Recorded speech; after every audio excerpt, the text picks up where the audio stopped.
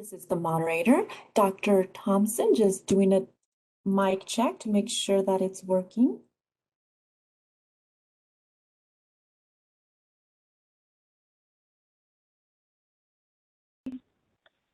Thank you. Can you guys hear me? Can everyone hear me now? Yes. Okay, wonderful. I think I was muted on both my phone and the computer. And that was the issue. All right. Thank you all for being here. At this point, I would like to open the July 29th meeting of the Naturopathic Medical Committee. Rebecca, would you please do a roll call for us?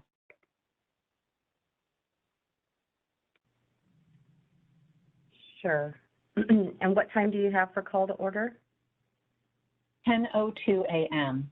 Great, thank you. All right, I'll do a roll call to make sure that everybody is here. Dr. Dara Thompson. Present. Dr. Greta D'Amico. Present. Dr. Vera Singleton. Present. Dr. Thomas Quinn is going to be absent with cause today. Dr. Bruce Davidson will be a little bit late jumping on. Dr. Mina Yoon. Present. Ms. Shirley Worrells. Present. Thank you very much, and it looks like we have a quorum.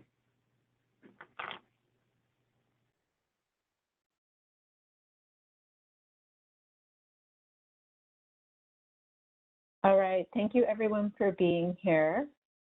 Sorry, I just had a little bit of a problem opening my agenda, but I had it right here. We're going to move on to item 2 on the agenda, which is public comment for items not on the agenda. So as the moderator, do we have any members of the public present today? This is the moderator. I do have an individual logged in. I will open the Q&A now. And I'll go over the instructions here. Members of the public, if you would like to participate in public comment, the committee is using the Q&A feature of WebEx to facilitate this so it is now open for public comment. So the instructions are on the screen and will be on your screen each time public comment is requested. You simply click on the Q&A icon that's located at the bottom right corner of your WebEx screen. And then you type, I would like to make a comment in the ask field, and you click send, but make sure you send it to all panelists. Once you have submitted your request, I will submit a request to unmute your microphone. Just accept the request by selecting the unmute me button. So I will pause for a moment just to allow a member of the public to submit the request if they wish to do so.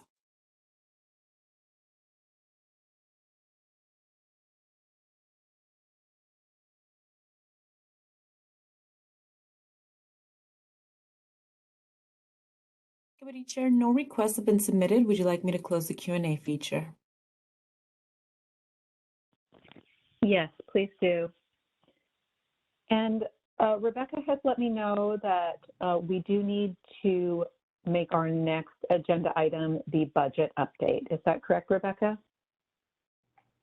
That is correct. Thank you. All right. We will be calling agenda item number 7 to allow our presenter to get back to their workday. Moderator, would you please bring up the agenda item 7 document for our next presenter? And there should be 3 of those. I would like to welcome Karen Munoz, our budget manager from the DCA Budgets Office. Karen was gracious enough to step in today during our budget analyst absence. Karen, welcome, and thank you for being here today. Hi, yes, thank you so much. As I was announced, that my name is Karen Munoz. I'm the budget manager, the budget analyst. What was given a much needed vacation week, so she is out, and so I will be stepping in. I'm just going to go over the 3 documents that you guys have in front of you. We have an expenditure projection document. We'll also go over the fund condition and a revenue projection document. The first item, the expenditures projection document that you're looking at, This is based off of fiscal month 11 projections.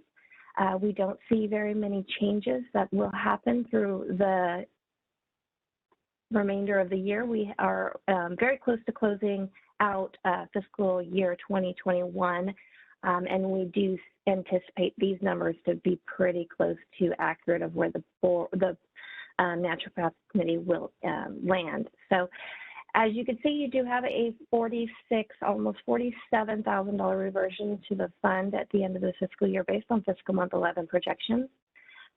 This is very close to what you guys saw last presentation based on fiscal month 8. So like I said, I don't see these numbers changing when we do finally close out the fiscal year. So projections are still in line to close with a reversion of close to $47,000. If you don't have any questions on that, we can go to the next slide.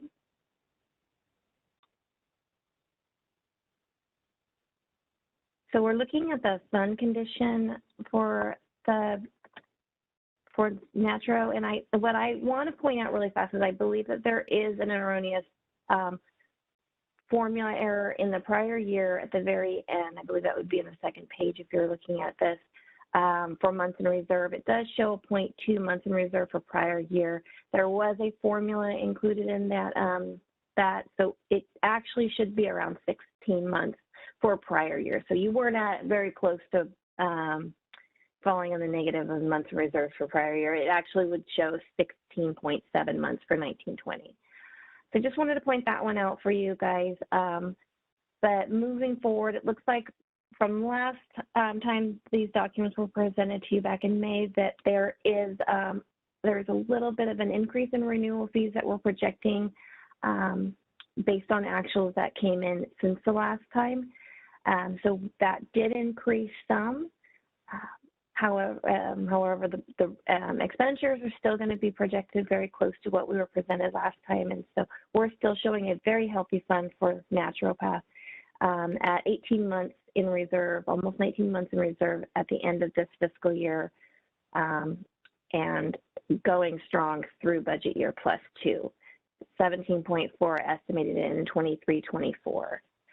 We, with a healthy reversion this fiscal year, understanding that this may not, due to the recent pandemic, that the reversions may not materialize in ongoing. We do project ongoing expenditures, which you will see on the second page, 1111 program expenditures.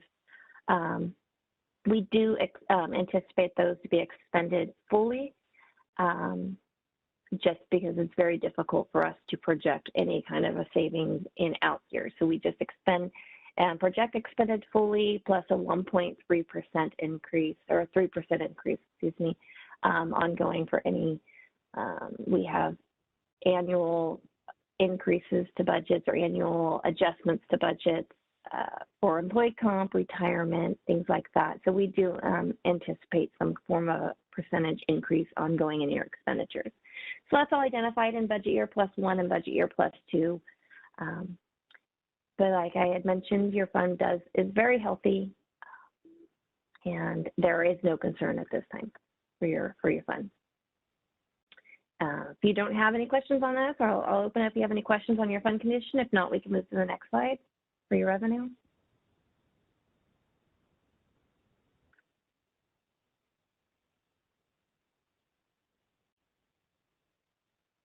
So the revenue projection, this just shows you how we are projecting your revenue to come in and where your revenue has been falling as of the beginning of the fiscal year, July. We do have revenue through May. We have those numbers in. We are projecting June based on an average of the average of June through May, which gives us a total revenue of close to $544,000 anticipated for this fiscal year. So this is just a breakdown of where the revenue has been coming in through July, from July through May, and a projection in June. If these numbers, like I said, they are projected as an average. If those don't materialize as projected, the fund would still be able to sustain. It would be a very small reduction or increase to expenditures because it is just 1 month of projections at this time. So we're looking at a total, as you can see in the fund condition previously, a total revenue intake of approximately $544,000 this fiscal year. So if you have any questions on that, I'd be happy to answer those as well. Or if you wanted to go back and have questions on any of the other documents that I went over, please ask away.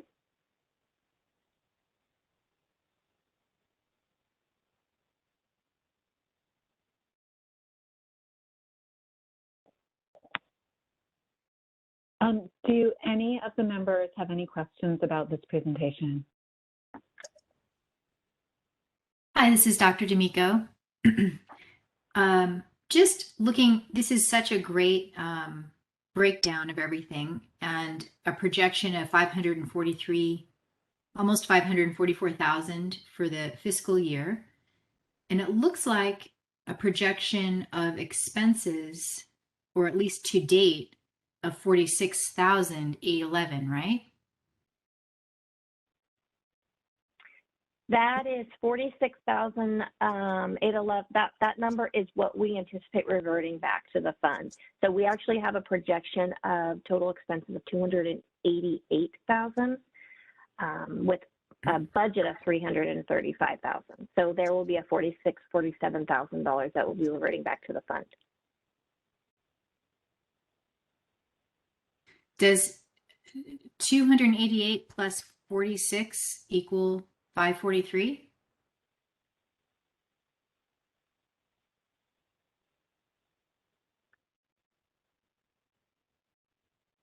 Let me pull up my actual I'm going to document. do it I'm not really looking quick at a here. PDF. One second. I'm pulling up an expenditure document or an Excel document so I can easily do that quick math. So 288 projected expenditures. That's including the OE&E plus.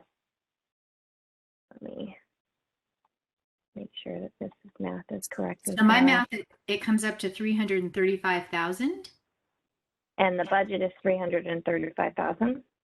Okay, so the extra of the, from 544,000, does that all go back to the general fund, or where does that money go?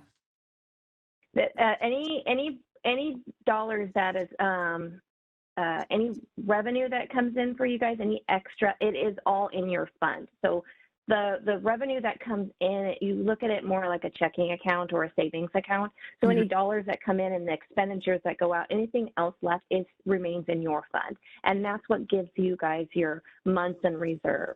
So, if you have a higher amount of money coming in, you have a larger months in reserve that is, say, reserved for any unforeseen emergencies or something that happens. If revenue stops, if we stop collecting and licensing or renewals, that the months in reserve tells you how long your fund can sustain operations until we have to do something about your revenue income. So roughly $500,000 17 months at the moment. Right at this moment. Awesome. Thank you. Let me pull up the fund.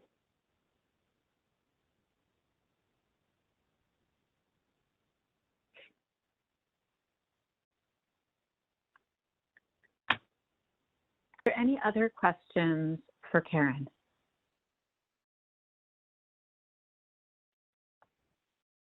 Karen, I want to thank you so much for coming and doing this presentation. I know you weren't, this wasn't on your normal schedule, so I really appreciate your time and keep up all the good work. Thank you. Thank you for having us. And anytime we are available for Rebecca, anytime she needs us. Great. Thank you. You have a great day. Thank you. You too.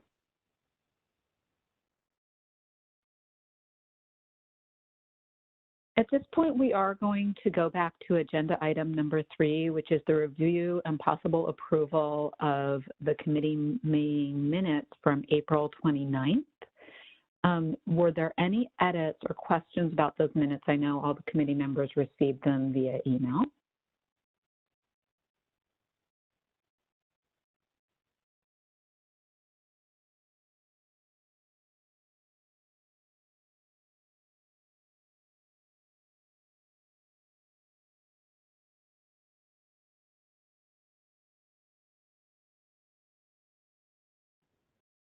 Is everyone comfortable moving forward with a vote to approve those minutes as written? I'm hearing no comments from anyone.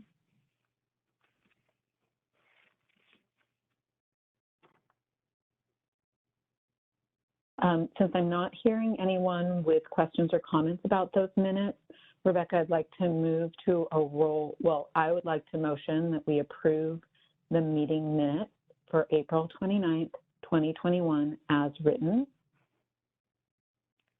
Great. Thank you very much, Dr. Thompson. Do I have a second?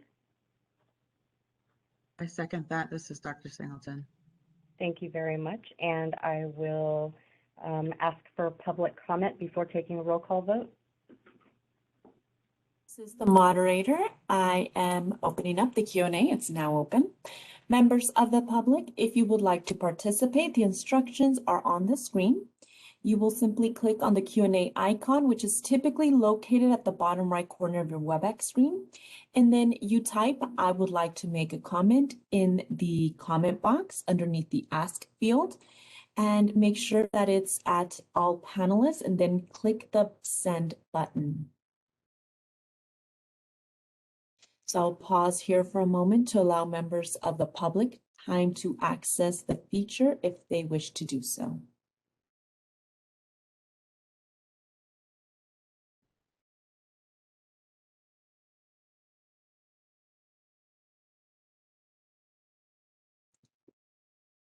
Committee Chair, no requests have been submitted. Would you like me to close the Q&A feature? Yes, please do. Thank you. Great, thank you.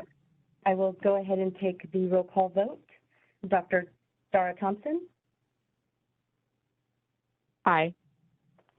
Dr. Greta D'Amico? Quick question. You sent out a revised, we got a draft sent out. Did you send out a revised version? So there were a couple of grammatical changes to the original, and there's no substantive changes to the document.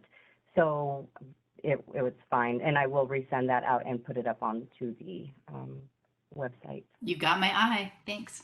Gotcha. All right, Dr. Vera Singleton? Aye. Great, thank you.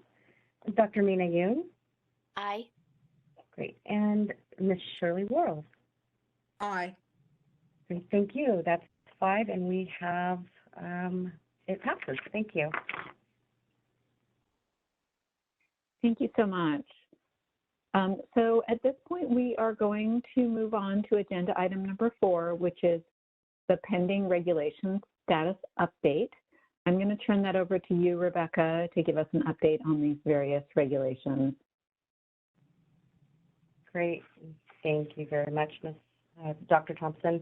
All right, so agenda item number 4, the pending regulation status, the regulation packages that are coming along.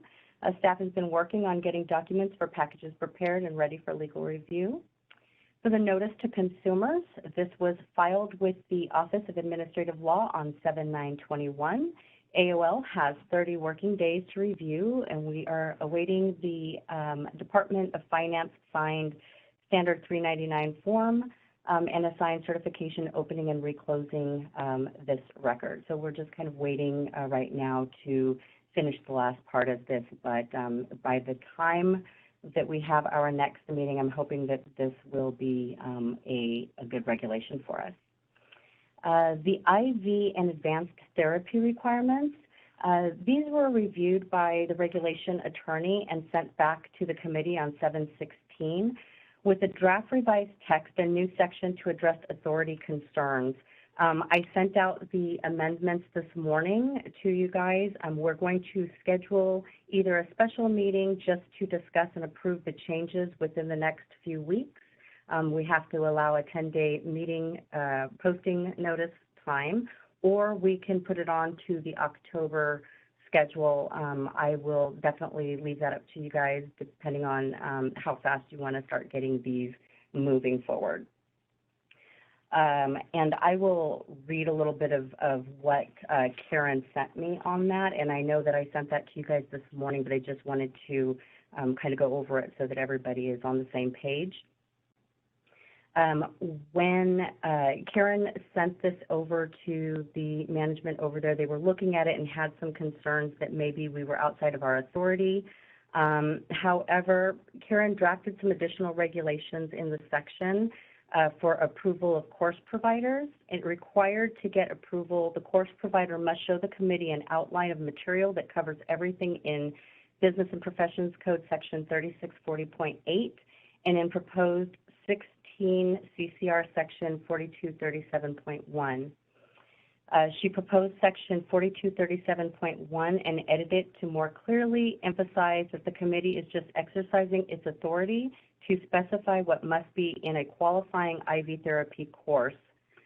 She also added some language so that the various injection therapies in 4237.2 have additional training requirements and that the training must be obtained from an already approved continuing education provider. She believes that proposed 16 CCR section 1437.3 and 4237.4 on office and staff requirements can be argued to be authorized simply as the committee, establishing regulations regarding IV administration as cited prior, consistent with the education and training of a naturopathic doctor.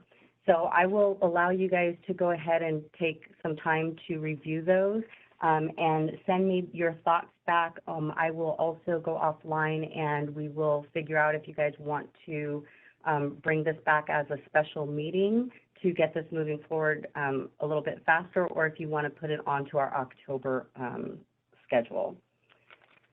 For the fees, regulation package is currently being completed by staff as of 7/16/2021. The inactive and retired status, both of these packets are awaiting the fees package to be completed. The plan is to complete both of those status packages while the fees package is being reviewed by legal. I know that I brought this up before, that those two packages, the inactive and the retired status, both have fees attached to it, so we have to wait for that fees to go through just to make sure that everything is cohesive. AB 2138, the Substantial Relationship and Rehabilitation Criteria, was filed with the Administrative Office, the Office of Administrative Law on 7/13/2021. The OAL review deadline on this is 8/20/21.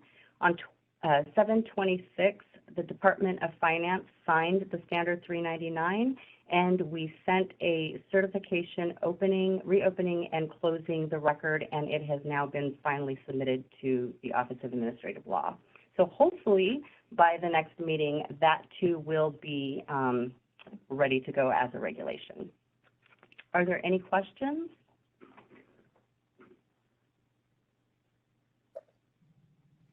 This is Dr. D'Amico. When it comes time for us to decide about whether or not we need to have a special meeting or put in the IV advanced injection therapy requirements discussion to our next meeting, is there any substantive change regarding consumers and licensees that you can see if we did it sooner or later? Actually, it was more just clarifying the committee's authority to make the regulation in the first place. So there was just some clarifying information in there. I don't believe that it would, I mean, it is substantive, but it's not so much so that by holding it or by making it go any faster is going to do anything. I know, though, that this regulation is something that is very important to the members, and I know that this is something that you guys have been working on for quite a long time. So I know that this is something that we want to get into a regulation sooner rather than later. So that's why I brought up maybe having a special meeting just for that. It would probably only take about an hour, but we probably should get onto it. Thanks. No problem. Any other questions or comments? I want to thank you, Rebecca, for working so hard on all of these issues. I know that you've been extremely busy working on all of this, and I'm really happy to see that the substantive relationship and rehabilitation item is actually moving forward, and we've gotten past those blocks. Thank you.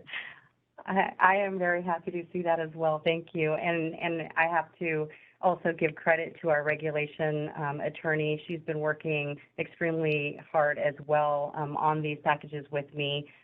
Sabina's also been doing reviews and making sure that everything is cohesive because she knows our program so well. So it is definitely a joint effort, but I am glad to see that these are getting done and something that we can check off of our list.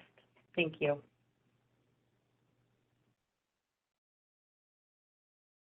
At this point, I'd like to call for public comment on this agenda item.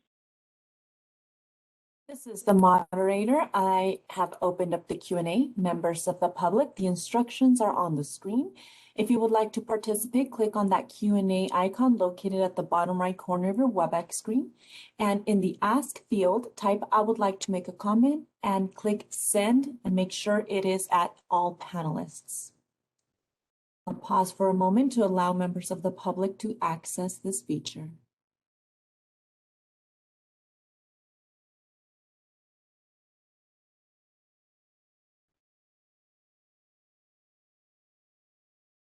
Committee Chair, no requests have been submitted. Would you like me to close the Q&A feature? Yes, please. All right. So, Rebecca, we're moving on with you to agenda item number 5, which is the Executive Officer Update. Great, thank you so much. All right, for the Executive Officer's Update, we will be reviewing today staffing and committee member vacancies, licensing information, enforcement information, digital licensing, and a website redesign update. All right. Can you go to the next slide, please? Okay, thank you. All right, our staffing, as you guys know, has been very limited for several months. We do have a slight backlog in licensing timelines right now. Our normal performance measure for processing applications was completed on an average within 21 days in the past. The standard performance measure is 45 days or under, and our current workload is being processed at about 52 days. We have been working with the Department of Consumer Affairs Human Resource Office to find a solution for the staffing shortfall. There's a possibility that this position will be permanent if we can get approval. The EO continues to cover enforcement duties and is currently assisting with licensing and clerical duties to get the numbers back to our normal processing times. I believe that we can probably get this done in the next month or so. I think we're getting just to that point right before the next influx of applications come in August and September. A review of the processes showed delays were due to telework schedules and limited staffing. Since then, staff has been directed to return to in-office work beginning July 16th. We'll also be working to bring those licensing times back down under 45 days, and we'll be working to get the enforcement caseloads back to manageable timeframes. I'd also like to take a moment and welcome Mr. Michael Knotes. I am saddened today to let the committee know that Sabina will be leaving us after our sunset. There will be a transition between her and Mr. Knotes, who will be coming on as our new legal counsel. So Mr. Knotes, welcome, and you have some big shoes to fill because Sabina has been wonderful. She's really great, and I'm sure that we're going to have the same experience with you as well. So everybody, please know that Mr. Knotes will be taking over and will be sitting in on our meetings to kind of go and help along with that transition. All right. And Michael, did you have anything to say? Did you want to introduce yourself a little bit? Yes, good morning, Madam Chair, members, Ms. Mitchell. Just wanted to say hello briefly. It's an honor to be in front of the committee, and as Rebecca mentioned, I'll be shadowing Sabina and in learning mode for a little while here. But it's a pleasure to meet you all and to be coming on board as your legal counsel. Great. Thank you so much. Rebecca, this is Sabina. I just wanted to say to everybody, I'll miss you guys, and hopefully we'll be in person potentially before I am completely off the board, but you know how much I love our in-person meetings and all the great snacks and conversation. So, but I'll be around for a while, like Rebecca said. We'll be here through sunset. Thank you so much, Sabina. It's always a pleasure with you, definitely. All right, so moving right along, can we go to, there you go, thank you very much. All right, for the committee member vacancies, I wanted to provide an update. As you all know, for the past 12 plus months, we have had 2 vacancies on our team, 1 naturopathic doctor position and 1 physician MD or DO position. Both are appointed by the governor. The governor's appointment office received some applications for these positions and are involved in scheduling interviews over the last few weeks. We should be notified as soon as the governor's office has made their final decisions on appointments, and I am hopeful that we will have an appointment within the next 1 to 2 meetings and that we will be able to carry out our mandated functions and bring those subcommittees back. Are there any questions about the staffing or the committee member vacancies?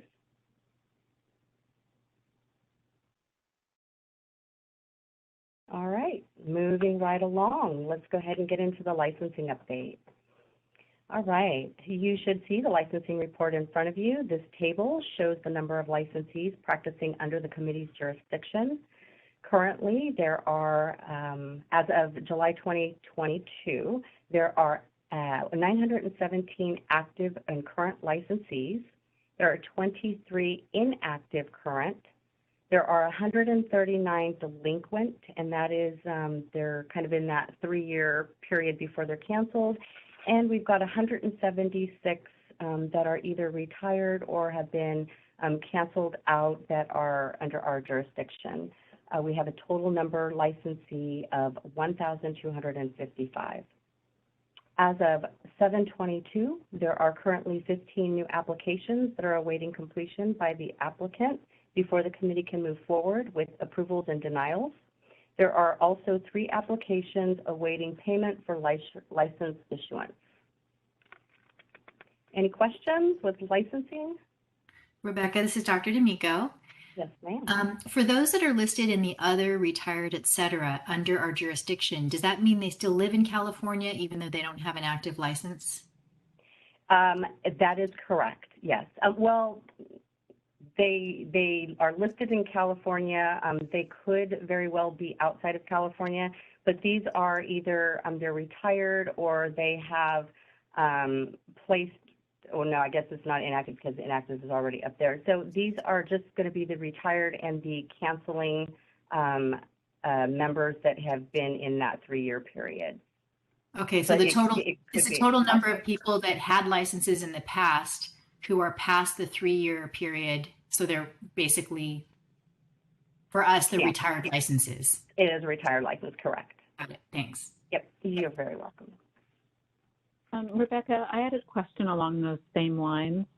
Sure. So is there a point at which someone who's retired is no longer under our jurisdiction, or are they lifelong under our jurisdiction?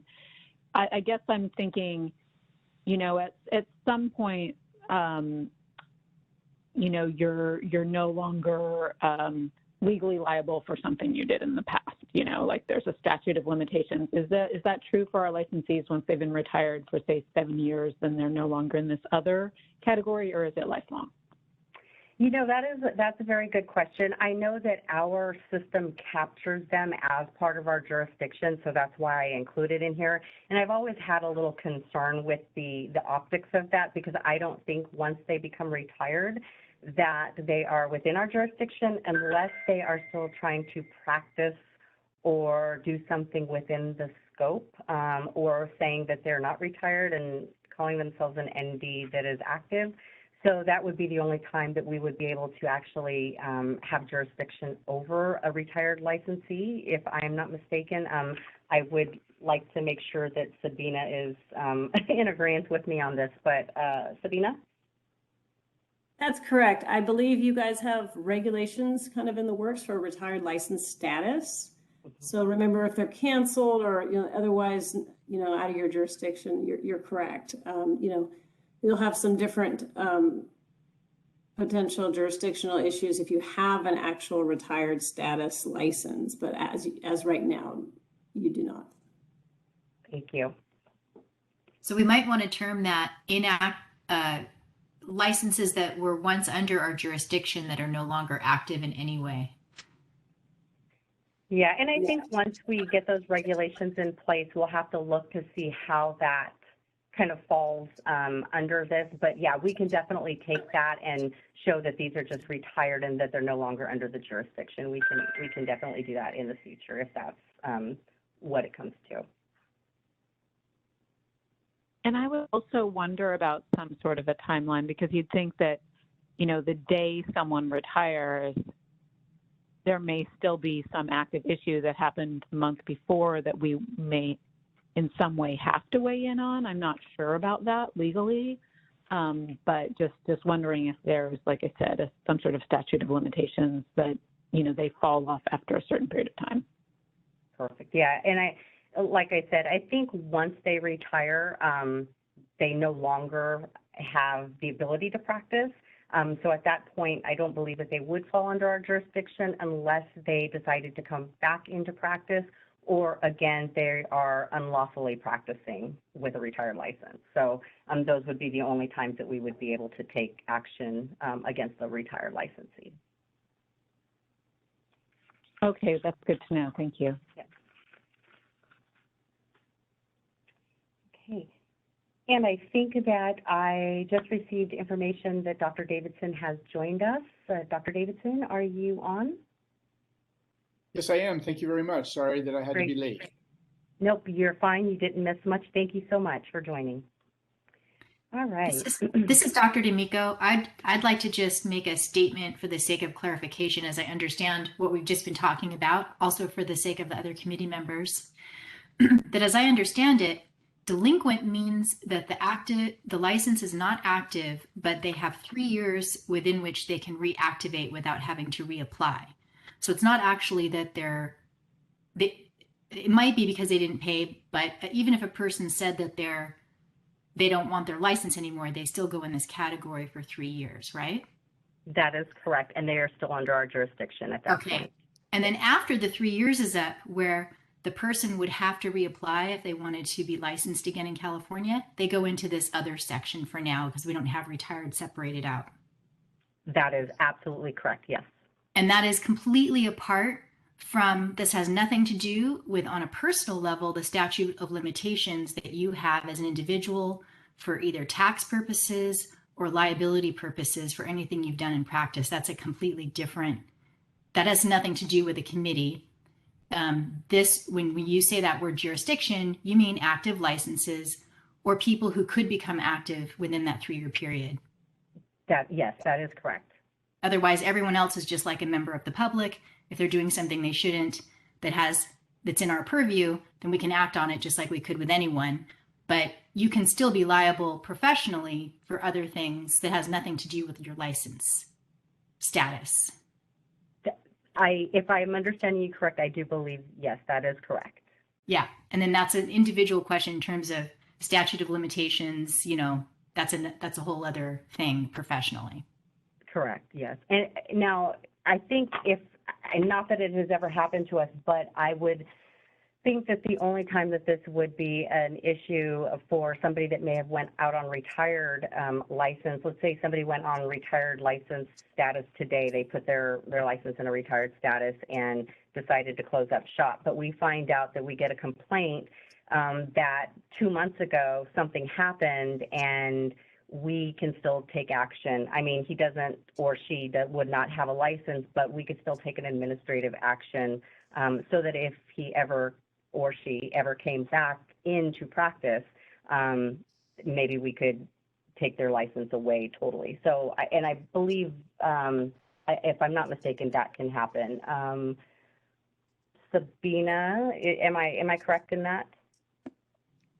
You're correct. And Dr. D'Amico, you mentioned other type of discipline or quote charges or any other things like that associated with taxes or what have you. Those are going to run their own course on their own little path and lane. They're on their own, and we are solely concerned with our administrative actions against the license. Right. And it would be helpful, I think, to be clear. I believe as the regulations have been submitted, someone who has retired their license has the ability to unretire once. But as far as what the committee can do, is it limited to maybe disallowing that renewal, that possible coming back for retirement as we have our regulations currently? Well, so we don't have regulations yet.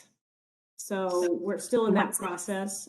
The ones that have been submitted, I guess, if they've been submitted. No, we're nowhere near that yet. They're in the works still, if Okay. I remember correctly off the top of my head. I don't have that in front of me, but all those kind of procedural things will be taken care of either during that process or it's going to be modeled after how other boards are already doing it also. Because I don't want to say we're late to the party, but other boards have already done this.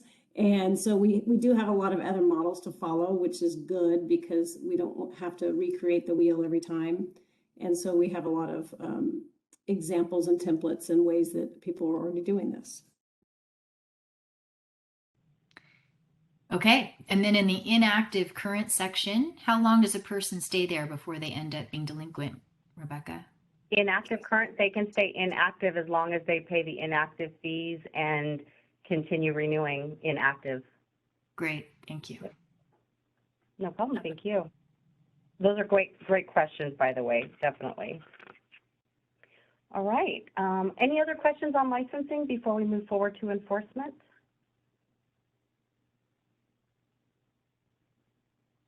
Okay, seeing none, I'll go ahead and move on to the enforcement report. Okay, currently the Naturopathic Medicine Committee has 78 total enforcement cases open. Of those 78 cases, 16 are against licensees, while the remaining 62 cases are against unlicensed individuals. The unlicensed activity continues to remain the largest portion of the NMC's enforcement caseload, making up 79% of the caseload. This is higher than it was during the last quarter, which was 64% of unlicensed activity. We hope that continued educational and informational outreach campaigns will assist to reduce these unlicensed activity cases. With the unlicensed activity, they consist of all of the following: using the naturopathic doctor title, not providing a written disclaimer of unlicensed practice to their client, and having a signed copy by the client on file, providing diagnosis, providing treatment within the scope of an ND, and of course, harming patients. All right. Can I get the next slide, please? Thank you. Oh, and just so you guys are aware, I'm sorry, can you go back to the slide prior, please? Thank you. There were 8 new cases since the last meeting in April. 5 of those were unlicensed and 3 were against licensees. There were 0 applicant cases and 14 cases were closed since the last meeting. All right, now we can go ahead and move forward. Thank you. All right, currently the committee has 16 total enforcement cases opened against ND licensees. Of those 16 cases, the breakdown of violation types are as follows. Advertising violations, there are 2 or 13%. Failure to update addresses with the committee, there were none this quarter. Substance abuse-related violations, 1 or 6%. Unprofessional conduct, there were 9 or 56%. Records only, 1 or 6%, and this was for not releasing upon patient request. And patient harm, 3 cases or 19%. Are there any questions of the types of licensee violations? Dr. Davidson. Thanks, Rebecca. So I guess what I'm wanting to have a very brief update on is if you could remind us what is the role of the committee with regard to issues that are related to death or patient harm, because obviously that's the most concerning category. And to just hear about the numbers is fine, but I guess what I'd like to have a little refresher on, if it's appropriate, is what is the expectation of the committee members with regard to this? Sure. So I mean, I can't give, of course, specifics about cases that we have. I can tell you that anything that is that has death or significant patient harm, anything that is high profile, we take immediate action on those things. We do not set them aside.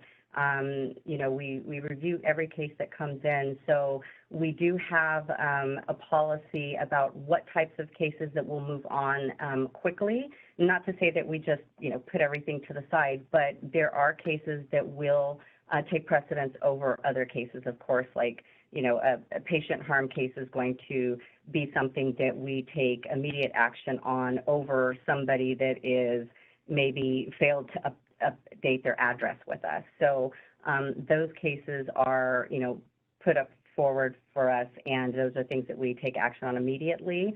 We also work with the Division of Investigation on those cases and open up an investigation immediately. Okay, thanks. And then, so is there a following slide which will highlight the length of time that those particular cases have been open? No, I don't have that, but what I can do is those are actually something that we have on our website now. Actually, I believe the DCA has it on their website, and it's all of the monthly aging reports so that everybody knows how quickly we're moving on our enforcement, how quickly we're doing our licensing application. So it really shows those performance measures. We actually had it on our new website, but for some reason they took that link off. So I'm not sure if DCA is just wanting a one-stop shop that everybody can go and see all of that data. But what I can do is, if you would like, Dr. Davidson, is I can get that information and send it out to you guys so that you have that at your fingertips. And if you would like me to go ahead and include those monthly or quarterly aging reports, I can include that with these enforcement reports for you. Thanks. Yeah, I guess that would be helpful. So then at the point in time where something like a death or patient harm violation comes to the end of that process, the investigation process, could you remind me, do we then get information about whether the licensee has been subjected to any penalty or suspension or a revocation of license as a result of that? Absolutely. So when we actually do end up taking action against, if we find that there is a violation and we have enough evidence to prove that the violation occurred, then what we do at that time is we file an accusation, or we file against that licensee. And at that time, the committee members are made aware of that because it goes to a hearing, and at that point, you guys actually hear the case, and it's in front of you to take action on. So if it ever gets to that point, you guys know about it, definitely, and then you know all of the specifics at that point. Great. Okay. Thanks for reminding me about that. I guess, fortunately, I've never been in, that on the committee when that was happening before. So I just wanted to have that refresher. So thanks very much. No problem. And, if you guys are interested, especially because there's several members that have been on this committee that have not, had to go through an administrative hearing, I can definitely have somebody from the Division of Investigations kind of come to our next meeting and kind of give you a brief overview of exactly how it happens and what happens when a case does come in front of you guys. And, that's something that is also, I believe, in the committee member manual that you guys have. So I can also send that to you guys again so that you have that to kind of take a look at before the next meeting so that those things can kind of come together and we can understand what is actually in that manual. Rebecca, this is Dr. D'Amico. Am I correct in my understanding that in terms of actually hearing a case, not hearing about a case, but hearing a case, that actually only happens when there isn't a settlement? That is correct, yes. So, well, no, go ahead, Sabina. Sorry, Dr. D'Amico, I did not mean to cut you off. That's okay, you go ahead. Sorry, I thought I'd clarify this real quick. So once Rebecca mentioned filing an accusation. That's the Deputy Attorney General is going to do that on behalf of the people of the state of California and the board or the committee. And once that does go to hearing, you guys aren't there presiding over that hearing. What happens is the administrative law judge drafts a decision, and that decision is sent to you for a vote, whether you adopt it. For example, I agree with what the judge says. That's a acceptable penalty for the violation, or I reject it. And so that would be your role at that point. Anytime you might see someone before you where you might actually be part of the hearing would be a reinstatement. So if somebody loses their license in the future, for example, and then they can petition to get it back, you could hear that with an ALJ. The whole board can sit together, and the petitioner who would like their license back can come before you and ask for it, and you would see the evidence and testimony. Same thing for someone who's on probation. They would like to modify their probation, or they would like to get off probation early. That is something you can sit with an ALJ and hear the testimony and hear the evidence, and then you sit in closed session with me or Michael, of course, and you craft your own decision with the ALJ's assistance. And so those are the two different kind of paths you might see. And so, I know you guys don't see a lot of enforcement. Consider yourselves lucky. I sometimes have days full of this with other boards, but just a little overview. And I can make sure that we review your manual also to make sure we can include this type of information in there, or we can also review it if it's already in there. We'll make sure it's up to date and correct. Thank you. And I suspect that Dr. Davidson's gentle inquiry was because I think unless we keep our eyes glued to the news, even once these are settled, we don't necessarily know what happened. And it might be useful for us to know what's going on. I think the whole time I've been on the committee, I've heard about 3 things maybe, where there was patient harm, or, we heard about the story of somebody who, after it was all over. And I guess there's a little bit of a disconnect there because we're not really sure what people are up to. Yes, this is Sabina again. In fact, if the board is so inclined, and I'm not trying to give Rebecca more work, very sorry.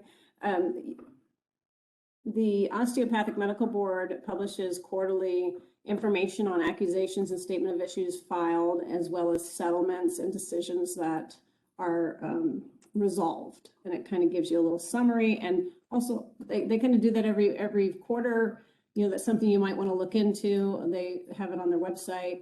You also, once an accusation is filed, it's a public record, of course. And then at the end, when the stipulated settlement or a decision is also effective, it becomes public as well. But it might be something you might be interested in to see, where the violations are, because in the osteopathic medical example, they do talk about the violations, and they list the code sections that were violated. Sabina, thanks so much for that clarification. And I would actually be more than willing to do that. However, we don't currently have any accusations or settlements to disclose. So if and when that time does come, we can definitely do a quarterly report like that. And again, those items, once they become public information, is when that information can be divulged to everybody. Until that time, we are bound by confidentiality not to release a lot of the information because it is an ongoing and active case. So I just wanted to remind committee members that sometimes when you don't hear about it, it's because we're not allowed to give you that information, because if it does come in front of you and you do have to make a decision on it, it has to be something that you can make a decision based on, you know, the case and not things that you've heard or whatever. So there's that as well. Was that helpful, Dr. Davidson? Yes, thank you very much. Great. Thank you. And we'll go ahead and make sure that those aging reports are part of this enforcement report from here on out. And I will see why that link was taken off of our website. I really think that that's something that people coming to our website should be able to see, so that they can see kind of where we are and how quickly we are taking to resolve cases. And, you know, so that is definitely some information that would be a positive thing to have on our website.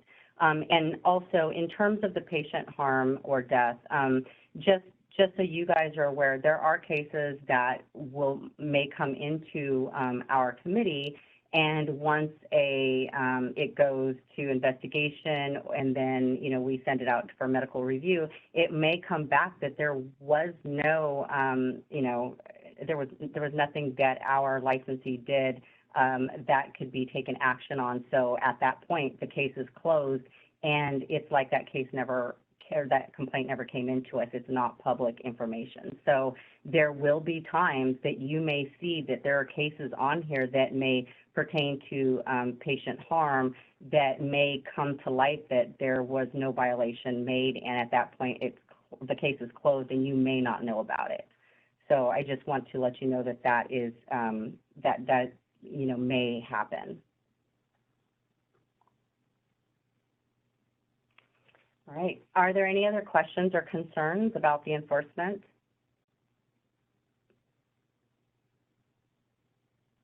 All right.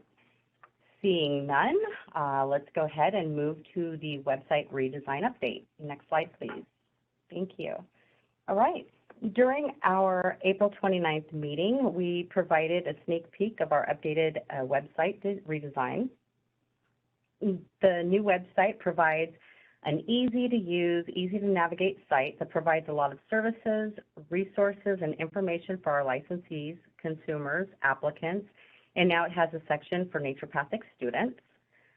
There's also a section that provides patients information on how to file a complaint against insurance companies that deny naturopathic services. The new site was launched on July 13th at 8 a.m. and has received wonderful feedback from end users during the first two weeks of the relaunch. Has anybody have any questions about this, and have any of our members been able to go on and kind of take a peek at the new layout of the website yet? It's awesome. This is Dr. Singleton. Yeah, it looks really good, and it's been good to be able to have clear links to things that's straightforward to find. Great, thank you. And I know that, you know, we have our social media platforms that are going up now that we'll be speaking to a little bit more into this meeting, but we are going to take some snapshots of our new website and put them on our social media pages with links to those new sections so that our licensees and other stakeholders and consumers can see this and maybe be driven to our website to take a peek. So that's also coming, and I just wanted to let you know that. All right. Any other questions or concerns with the website redesign? Okay, seeing none, let's go ahead and move along to the digital licensing. Okay, on July 13th, we had a DCA and board leadership meeting where digital licensing was discussed. DCA's Office of Information Services is now researching the digital license options and how programs can transition to the digital licensing structure and move away from paper licenses. The issue with paper or card type licenses are that they become stale the minute they're printed and sent out of our office. Moving to the digital license will reduce paper waste, lessen postage costs for the committee, reduce the risk of fraud, including licenses that are being stolen or lost from the mail, and or an inactive licensee using an active copy of a license to unlawfully practice. Another added benefit is licensees won't have to pay duplicate license fees for lost cards, since they will have an electronic copy of their license at any given time. I will keep the committee updated on this agenda item as we move forward and learn more of the costs and resources that will be associated with digital licensing requirements. Are there any questions or concerns with digital licensing?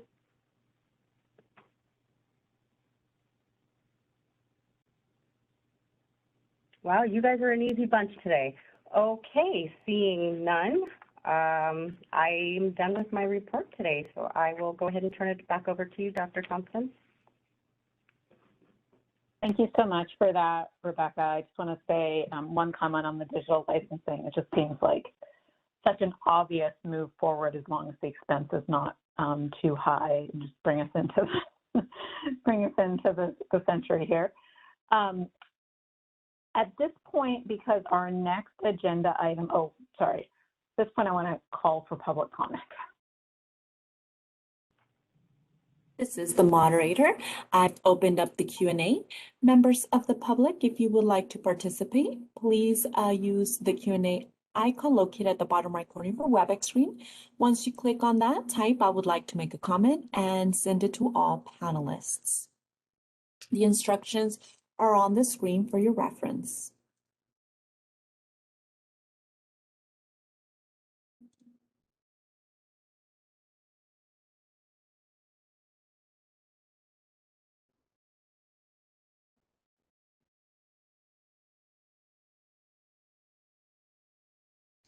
Committee Chair, no requests have been submitted. Would you like me to close the Q&A feature? Yes, please do. Thank you. So at this point, the next agenda item is the update on the Oversight Sunset Review, which I think is a larger agenda item. So I would like us to adjourn for a 10-minute bathroom break and then reconvene to cover agenda item number 6. Does anyone have anything different they want to do with that? All right. So then, moderator, we're gonna take a 10-minute break here. It is 11:04 a.m. We will be resume our meeting at 11:14. Thank you.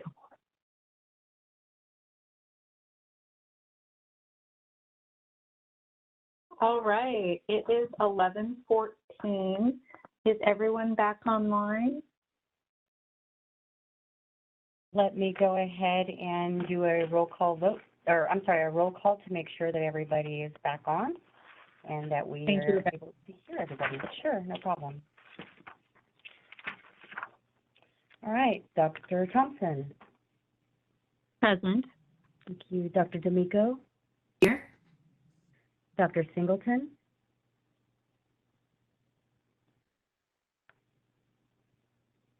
Dr. Singleton. We will come right back to Dr. Singleton. Dr. Davidson? Present. Thank you. Dr. Yoon? Present. Ms. Worrells?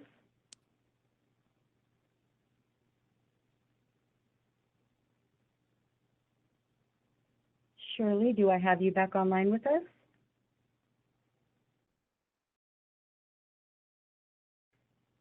Okay. Dr. Singleton, do we have you back online?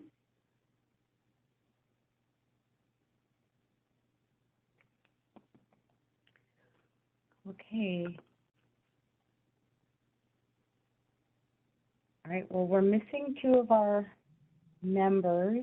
I'm sure they'll be This right is back Shirley. online. Oh, there you are. Thank you This so is much. Yeah, I'm Hi. present. Thank you so much. And Dr. Singleton, do we have you back online with us? Okay, no worries. We do have a quorum and we can go ahead and move forward, and I will check back with Dr. Singleton in a few moments. Thank you, Rebecca. So our next agenda item has to do with the update on our Oversight Sunset Review. Are you doing that update, Rebecca?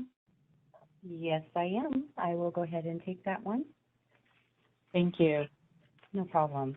Okay, agenda item number 6 is the update on the Oversight or Sunset Review. On July 1st, all of the programs under the Department of Consumer Affairs that are going up for the sunset had a meeting with the Department of Consumer Affairs, and we were updated, so let me go ahead and break this down. On the first, we had the update, and they advised us that the sunset report will be due to turn in on December 1st. So we're going to go ahead and make sure that the staff start running the reports, collecting all of the data for the subcommittee so that we can start putting these together.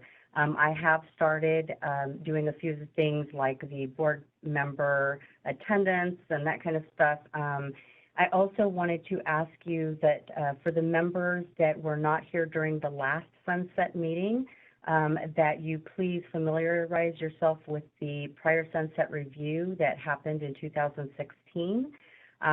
That is online, and I can also send you guys a copy of that if you don't already have a copy.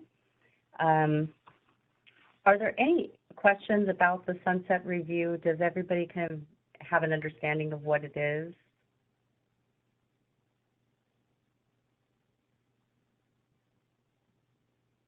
I have a quick question, Rebecca. This is Dr. Singleton. Sure, go ahead. So just in reviewing the old sunset, is the idea like some sections will just translate over, some sections are new, like the ones related to COVID. So we're really just updating the document with what's current. Is that what I understand? That is correct, yes. So a lot of it, like the history and the background, those items, of course, are pretty, they're going to be the same. So we can use a lot of that information that you guys feel is, you know, specific to our program. And then the rest is just an updating on current challenges that we may be facing, anything that we've done that, you know, that we'd like to let, you know, the legislature know about, and that type of thing. And so when we were having this conversation, we actually had one of the staffers from the Oversight Committee online with us, and we were able to have a discussion. And so they were saying that, you know, if there's any challenges that we're seeing as a committee and it's keeping us from doing our job, that we need to bring that information to their attention. So things like the licensee's inability to sign off on a disability form. These are the types of things that we'd like to bring to their attention so that they know that, you know, our licensees can't do their job and function, or that, you know, if there's something that we need in order to do our job as a committee, as a regulatory entity, then we bring that stuff to their attention at that point. And in the past, you know, they said, hey, you know, don't bring very contentious things to us because that could keep you from having your sunset move or your sunset bill be moving forward. However, this year they're saying that, you know, anything and everything that you want to bring to their attention, bring it. It doesn't mean that it necessarily is going to be put into the bill, but at least they'll know about it. So this year, depending on the things that you guys feel may be of concern, like the title protection that is allowing a lot of unlicensed practice to go on, those things may be presented to the legislature so that they're aware of it moving forward with the sunset.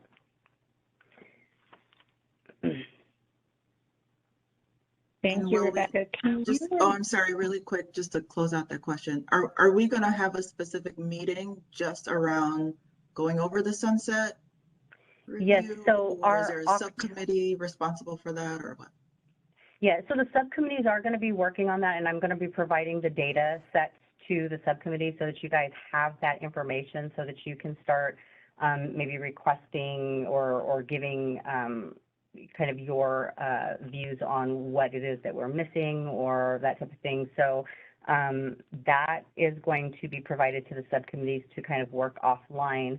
In October, I'm wanting to, I think that it would probably be appropriate to have the majority of that meeting sunset stuff so that we can make sure that we're on track to get that submitted by December 1st. There is a little bit of wiggle room on that that was told to us by the Oversight Committee, but I would definitely like to have that submitted by December 1st and on time. That way it gives us a little bit of time because we are going to get some background questions that will be presented to us based on what we're going to be submitting. So just after we submit this, it's not the final, it's just the first part of this. Once we submit the questions back to the legislature, then they will provide us some follow-up questions, which we will have to answer to. And then, of course, there's the hearing where we are going to have our chair and our vice chair maybe testifying along with myself. And at that point, you know, that's when they just start deciding kind of where we are at that point. Are there any other questions? this is Dr. Thompson. Can you remind everyone, the members of the subcommittee, the two subcommittees, and what their roles are? So there is, oh gosh, I can never remember. It's a joint committee. It is going to be the, oh, Sabina, do you know the names of those two committees that are joint? Right. I meant the subcommittees that are addressing the sunset questions within the Naturopathic Medical Committee. Yes, we have two committees. Got you. Yes, so the two subcommittees are made up of, let me see here. I have Dr. Thompson and Dr. Davidson on one committee, and I believe that Dr. Yoon, oh gosh, hold on one second. I have that here. Let me grab it for you guys.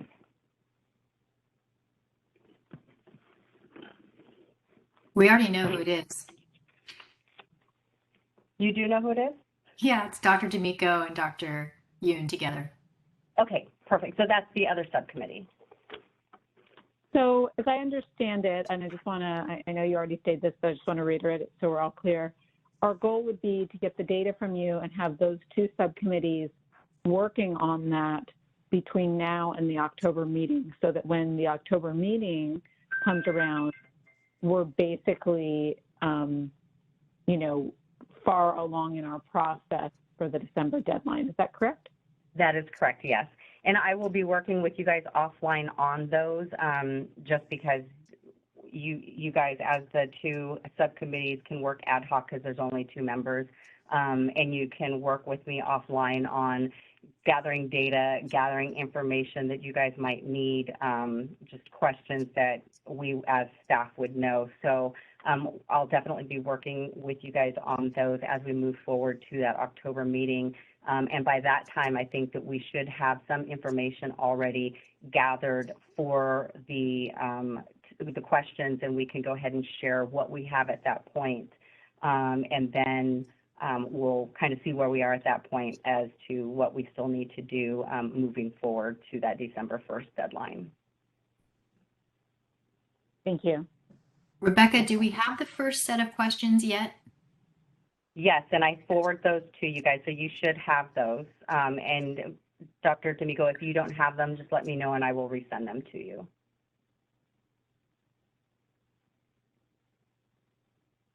I don't, Sunset Overview Report Form 2020? Yes, Is that the is one? what we're using. That is the one that they have given us. Because if you remember right, that is when we were supposed to have our sunset. We just got pushed out a year because of COVID. So Right. so that is the report that we're using. We thought that they may have updated some of that, but that is the version that we have been given back in March, and they told us that they are moving forward with that for us for now. So that is the template that we will be using. Okay. And then are you going to decide later, we're going to just follow your direction in terms of if you're splitting different sections up over, for each subcommittee to work on, or if we're each subcommittee is working on the whole thing and then you're going to put them together? So what I'll do is I'll send separate sections to you guys. That way we're having, multiple sections being worked on at the same time. And then that way I can provide you guys the information that you're needing, just background information and that type of thing. And then when we come back, we should have a quite substantial, amount of information for the committee meeting in October. Okay. And a theoretical question for you all. If we chose to include the difficulties in delivering care, because currently we cannot have someone take vitals in the office without the doctor there because a medical assistant has to work under the doctor. So that's an example of not having a nursing, the ability to give orders to nurses in any way, that definitely impairs our ability to give more care to more people, which would require, if they chose to do anything about it, a change in the nursing statutes. Is that, I know that's not really for us to worry about, but how does that play out? Is that possible when what you need is something bigger? So for a change to be made to our statute to be able to provide orders to nurses, it would also require a change to the Nursing Practice Act. I don't know if that is something that the Oversight Committee would be willing to do during our oversight, but it's definitely something that as the committee, we should be making sure that this is identified in the report so that the legislature knows what challenges the licensees are facing in terms of just providing care in general. So would that, this is a hypothetical, of course, but would that require a new author, or would that be part of our sunset that they could potentially address the statutes of another board? I would be extremely surprised if they did take that into consideration during sunset, because I believe that I want to say that the nursing board has already went through sunset. Right. So theirs wouldn't be opened right now. I believe that it would probably, just so you know, although we may put it in our sunset report, they probably will not take action on that part. But at least it's identified so that when you do go look for an author to get that rectified, that they know it's an ongoing issue that has been mentioned in sunsets, that it comes to the next sunset. It's been, and I believe that we've even talked about it in the last sunset. So it is something that definitely should be identified, but probably you will have to find an author to get that situation rectified. And is there any, what's your perspective on the fact that, we used to have our sunset on even numbered years at the same time as the nursing board, for example, and now it's potentially forever different. Now we're in odd numbered years because of COVID. Do you see any advantage to asking that it would be changed, or that they'll change things back, or anything? Yeah, and I'm not sure. It could be that they're just, instead of it going to be another 4 years, maybe in 3 years we'll have to do a sunset to get us back into the schedule that we were on. I'm not sure how they're doing that right now. There was no date, so we're just kind of, it's that whole COVID thing. It's just throwing everything off. So we will follow the lead of the legislature depending on how they're processing this. But I believe that's something that I can reach out to the consultant on the Oversight Review Committee and find out kind of what they're doing for that. Mm-hmm. Thank you.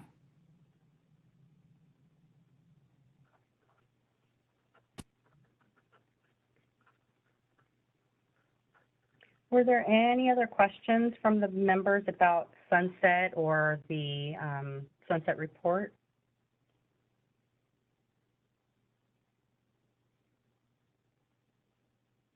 Okay, seeing none, I will go ahead and turn this back over to the chair. Thank you. At this point, I'd like to call for public comment. This is the moderator. I am opening up the Q&A. Members of the public, if you would like to participate, the instructions are on the screen. Simply click on the Q&A icon located at the bottom right corner of your WebEx screen. And in the comment field, type, I would like to make a comment, and click send. Make sure it is to all panelists. I'll pause now for a moment to allow members of the public time to access the Q&A feature.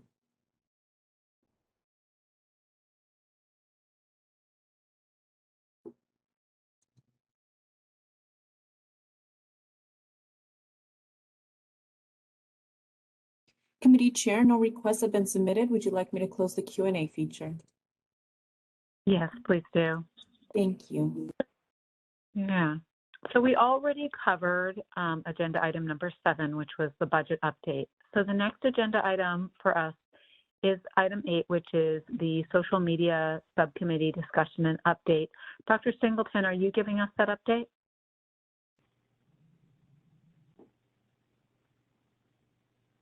Yes, I am. Thank you so much.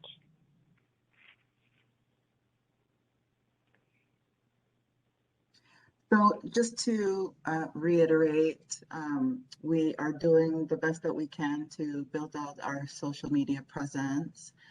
And what we've done so far in the committee is just get some clarity around the direction that we want to take in terms of the social media platforms to be used, etc. So one of the things that I did offline was to create a framework by which we can create social media posts and create content without needing a lot of hyper expertise. Because one of the issues that all of us face as practitioners and entrepreneurs is having a consistent voice out there with something really witty to say. So, one of the things that I generated, or that the committee generated, is identifying the initial stakeholders that really do have impact with the NMC, with our relationship as an NMC, and with the licensees. And I think that's important, especially as we are, nearing or getting into the sunset review, to be able to have these stakeholders really pay attention to our voice and the issues that are important for them, and that, our social media posts are not just like, oh, hey, Rebecca got a new haircut today, but that there's, important topics and concerns through the posts that will be addressed to these specific stakeholders. So, all of these concerns have been fleshed out. And so then the next phase is to be able to create a content calendar by which we are going to cycle through different types of media posts. That can be a combination of text, videos, snippets, memes that we create, link backs to our new shiny website, which is so fantastic, Rebecca. But also some history, because that's important, I think, with the sunset review and some of the topics that will become important for us as we are looking for sponsors for a bill. So we created a couple of goals that we want to achieve for the committee that will be ongoing. And in terms of specific, sort of outcomes that we've achieved thus far, like I mentioned, we've identified the stakeholders that we want to speak to in social media. We've identified some pain points and concerns so that we can have really pinpointed conversations in social media around.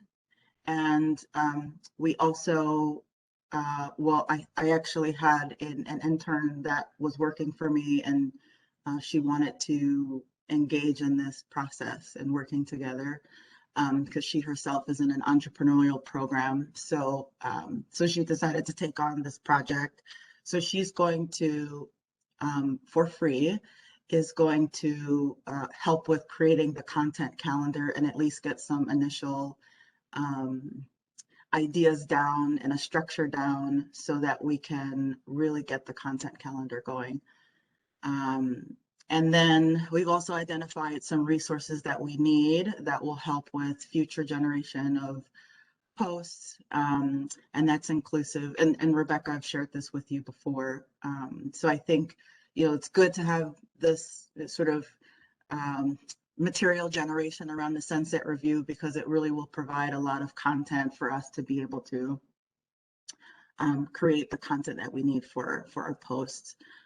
So just looking for some additional websites or any surveys that have been done around licensee satisfaction or anything positive is what I'm looking for to support our messaging.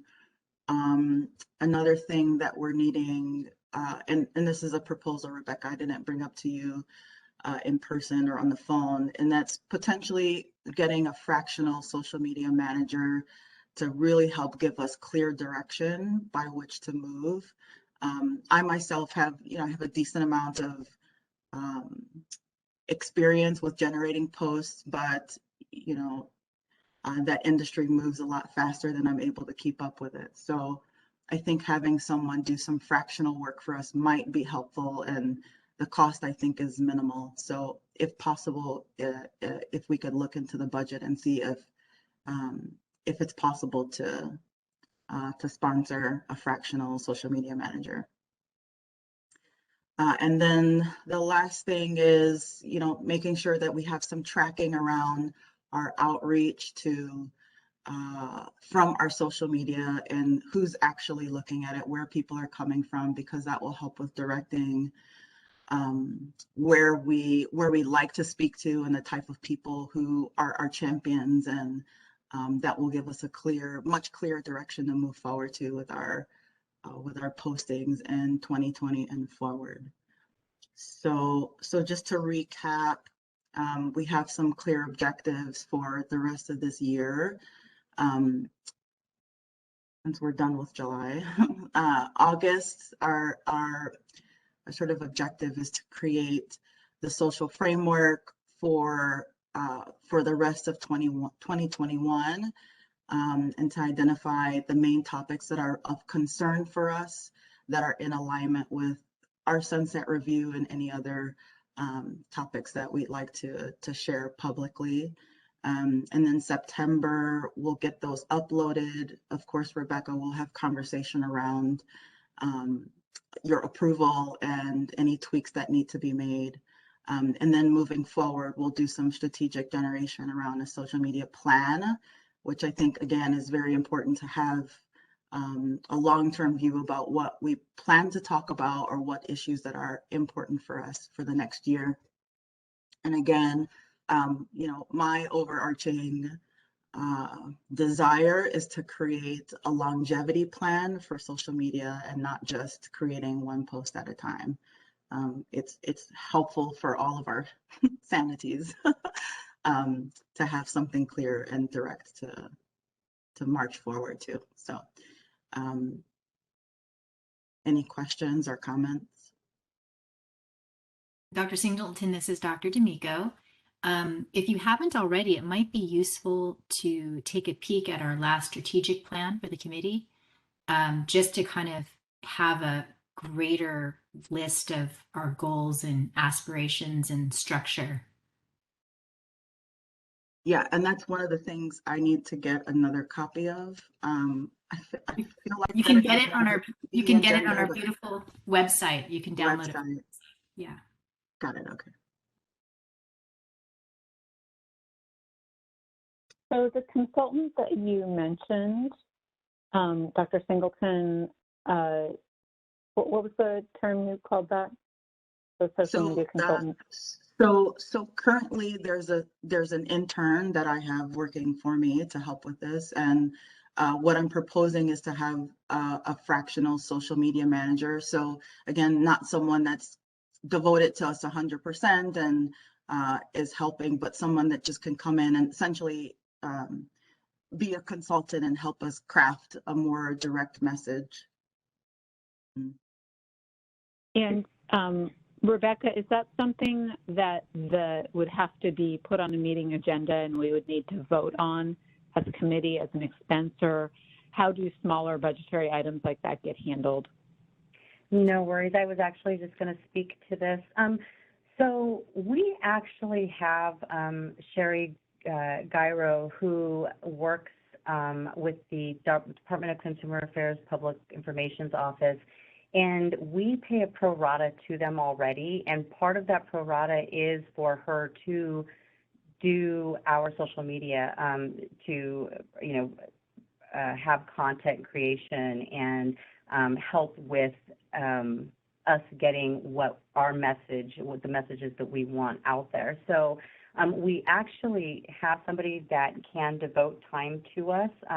We just have to kind of let her know when and what our needs are so that she can schedule it appropriately. But we are already paying within our pro rata fees for that, the fractional SMM. So maybe we can use what we already have in resources.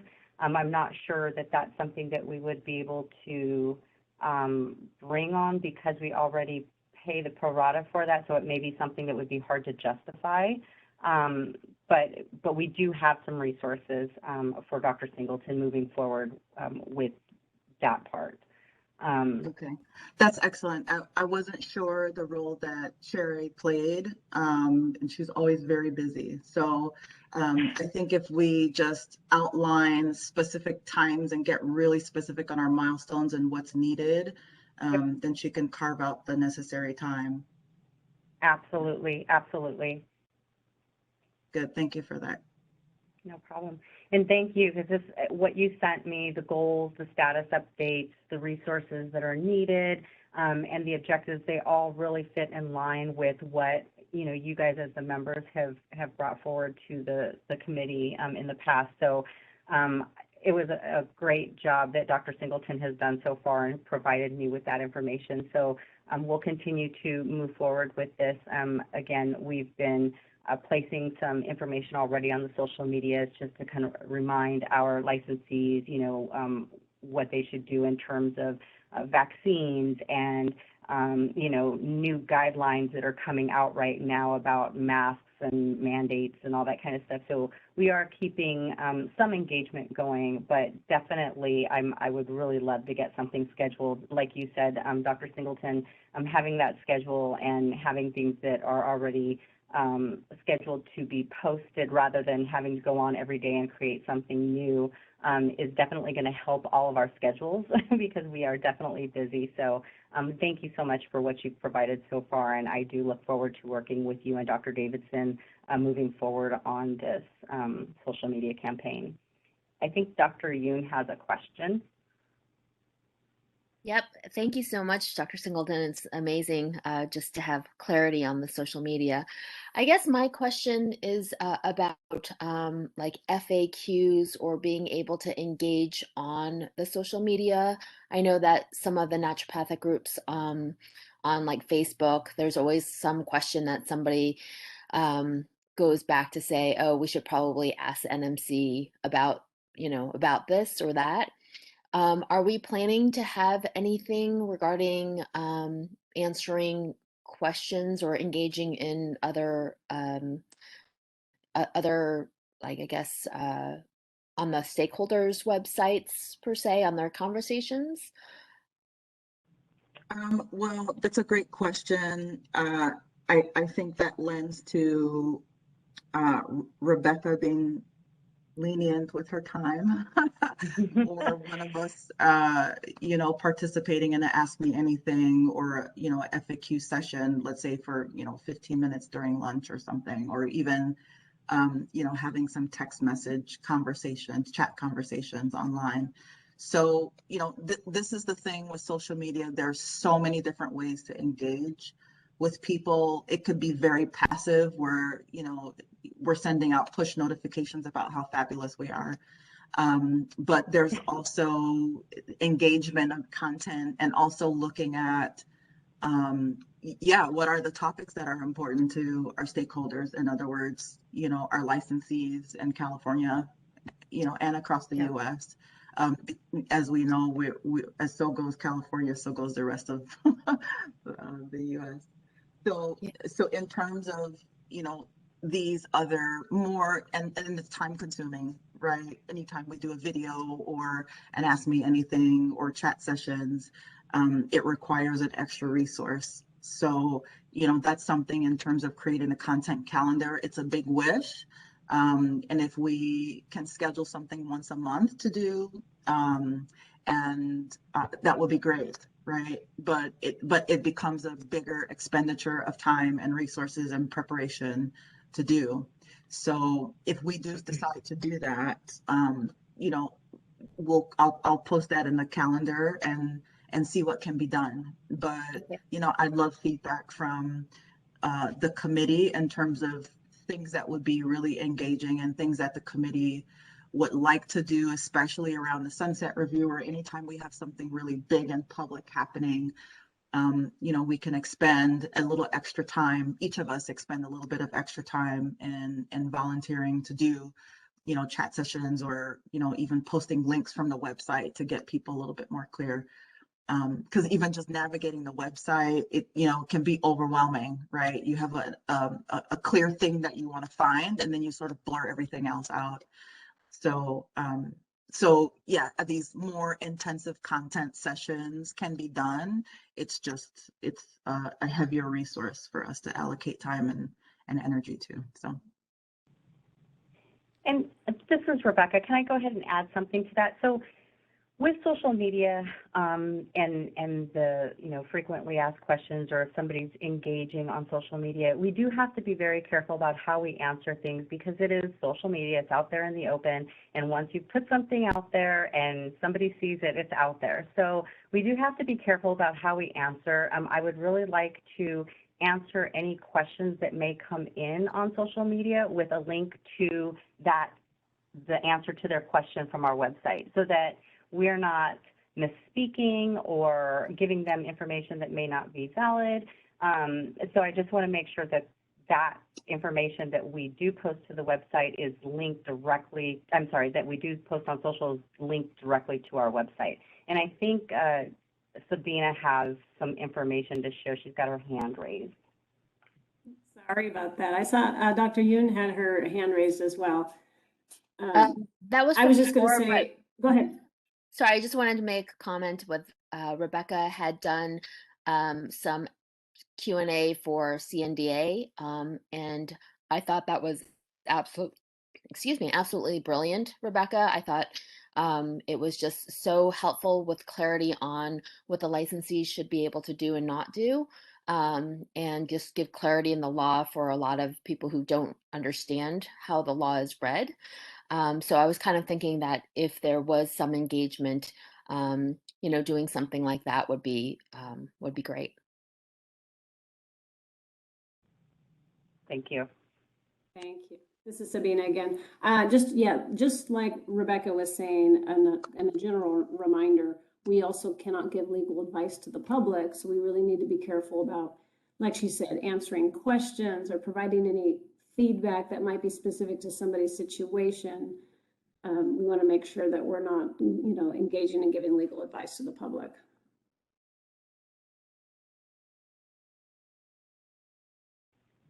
Hi, this is Dr. Thompson. Yeah. Yeah, so I mean, I feel a little bit mixed about this. I do think that while I'd love to take things off of Rebecca's plate, that the idea of the committee members answering questions without running them by legal and Rebecca could potentially, convey an inaccurate piece of information to the public. I know that I am personally careful about what I say on my own social media so as not to be perceived as speaking for the committee in my private life. So I have concerns about that. Of course, the most appropriate person to answer those questions is Rebecca, and I wish we could clone her. But I do wonder, Rebecca, if having that sort of a session every quarter or twice a year might actually reduce some of your workload by having people be more informed and not getting so many individual questions. Just something for us to consider, because we want to be as supportive and informative to our licensees as possible, and also understand the limitations of Rebecca's time and energy. Sure. This is Rebecca, and I just wanted to kind of piggyback off of that is, I have done a F&Q session with CNDA in their town hall during COVID. And what happened with that is, they provided me with questions that were provided to them beforehand, so that when I did do the response, I was able to research and get that information directly from either, the Department of Public Health or CDC or our directives from the Department of Consumer Affairs. So everything that was being answered, we knew exactly how and what policy it was referring to, or, if it was a business and professions code, we were relating that information. So every time that we relay information to either the public or one of our licensees, we need to make sure that it is within the Practice Act, or that it's something that has been mandated by legislature or CDC or whatever. So I would definitely, I don't know that I would like to do a live question and answer, because sometimes I don't know everything and I have to research that stuff, which could take a lot of time if it's a live type of question and answer thing. But what I would like to do, and what my suggestion would be, is to, items that frequently come in to our committee, maybe put that information on social, saying, hey, frequently asked question came in, and here's the information for it. Just little things like that, directing them back to the website, directing them to the business and professions code, that they can find that information. And what I'd really like to do with this new website is make it to where our licensees know exactly where to go if they have a question. We have quite a bit of Q&As on there already, just things that come in here consistently about, what is a naturopathic naturopathic assistant allowed to do and what can't they do.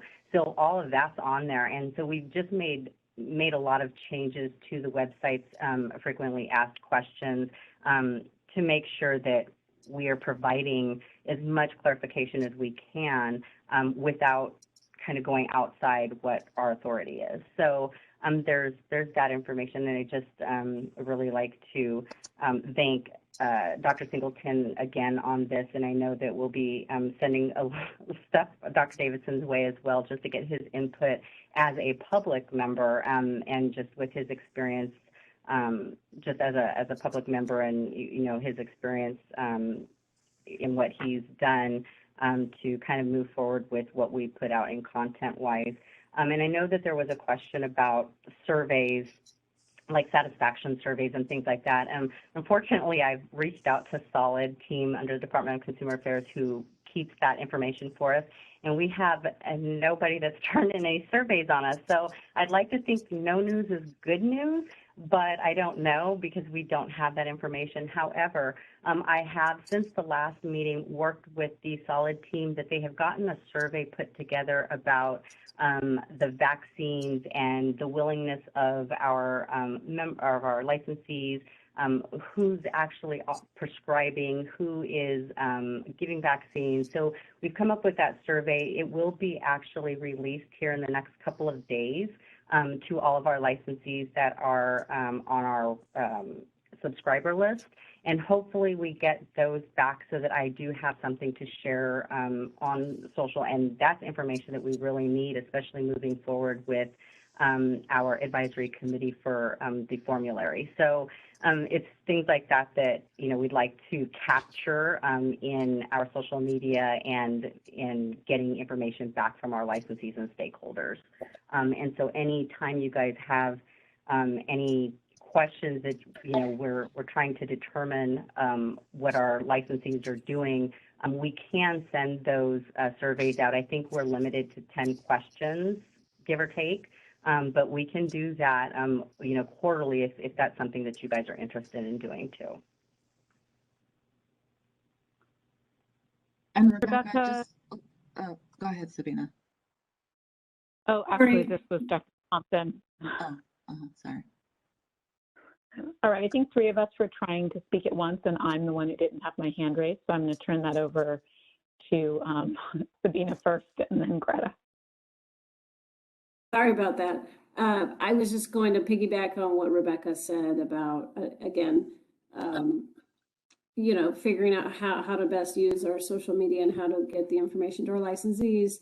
I want to suggest also, and again, I'm not making more work for anybody, but if Dr. Singleton or anybody else wants to check out the Facebook page of the Board of Behavioral Sciences, they do a really good job with their social media. They do, and I'm not suggesting you do this, Rebecca, but they do a Facebook Fridays on specific topics. It's usually procedural things, usually licensing questions, or, for example, COVID questions. But they also have, you know, they do a pretty good job with the type of content and the frequency of posts. You might just take a look at that and maybe get ideas about what to be putting out there, or what some, you know, what other licensees and other boards are currently conveying to their licensee population. Which board was that again, Sabina? The California Board of Behavioral Sciences, BBS. It's the therapists, the social workers, educational psychologists, and clinical counselors. Thank you. Thanks, Sabina. This is Dr. D'Amico. I went to pull up Facebook just to take a look at our, you know, what has been posted. I was able to do so for Twitter. And even though it showed me in my drop down list our logo and the name, so I knew I had the right place, it says it can't find any results. And I actually did the same thing for the California Board of Behavioral Sciences, and it also said we didn't find any results. So I'm a little perplexed by that. Maybe somebody else can try it. Let me pull it up real quick and I'll see if they have a different name or something that they go by.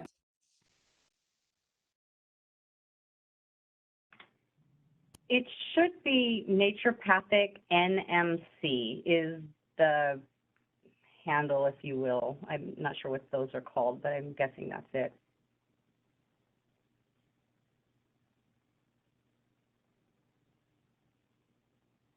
Yeah, that didn't work either. And when you put California Naturopathic in the search box, it should come up, because not everyone's going to know exactly the right hyphen to put in where, you know? Yeah, let me, I'll take a look at that. I have no problem getting to it. I'm going to have a link to the Facebook put onto our social media, onto our website, the social media link to our website, so that people can click on the Facebook logo and it'll take them directly to our Facebook account. I'm not sure why it's not working, but we'll definitely figure that out offline. I'll try to send the link out to BDS. I found it on my phone. It said it wasn't there, but then I went on my computer and it was there. Okay. Thanks for bringing that to my attention, Dr. D'Amico. I'm not sure why that's coming up.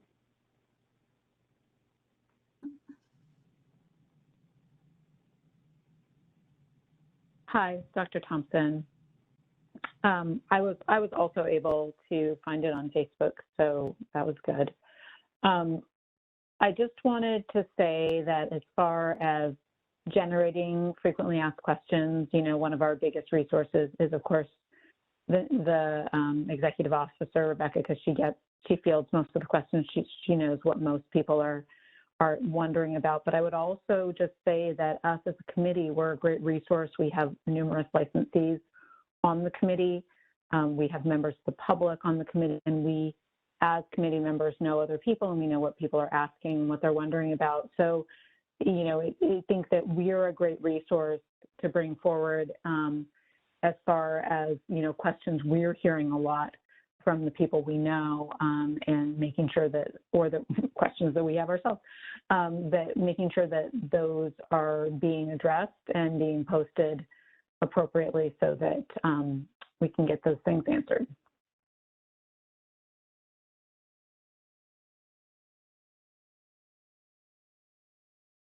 Great. Well, thank you everyone for your input. You know,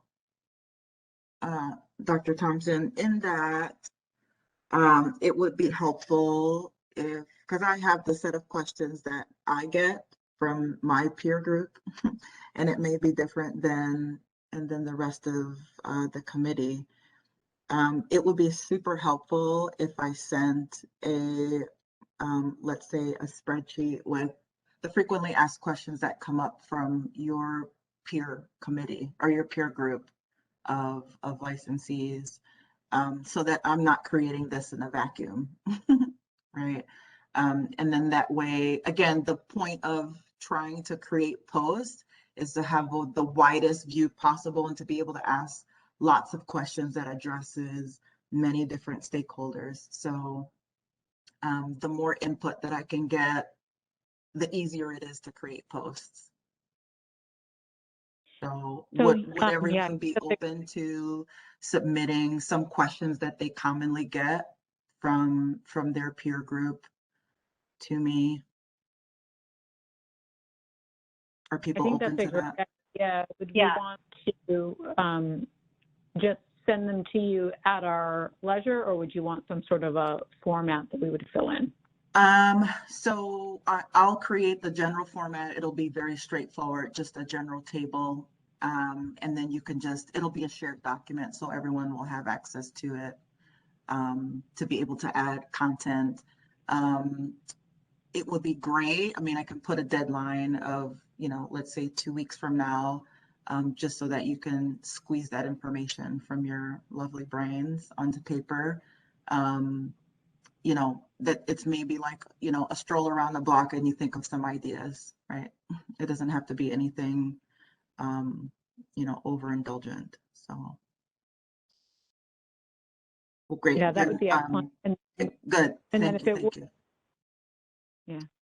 Thank you so much, Shira. That would be excellent. And then if it works well, that'd be something that we could, you know, just do periodically, because of course new questions are going to come up. Of course. So then I will get this form together and then send it out to committee, and then please I'll put a close date for comments and questions on there, and if you could just get that completed and then get it off your plate. I don't expect that it would take time, especially because it's an ask now, and so it gives you time to generate some things, and then you could just do a brain dump. So thank you. Thanks, everybody. Appreciate that. I just want to thank you, Dr. Singleton, for how much work you put into this. You know, you're really knowledgeable and detail-oriented, and I really love having you in this role. Thank you. It's my pleasure. Are there any other questions regarding our social media accounts, posting, anything regarding this presentation?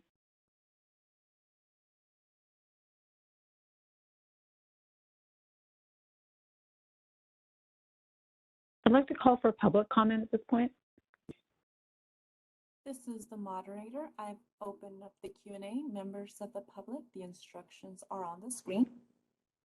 Simply click on the Q&A icon, which is typically located at the bottom right corner of your WebEx screen.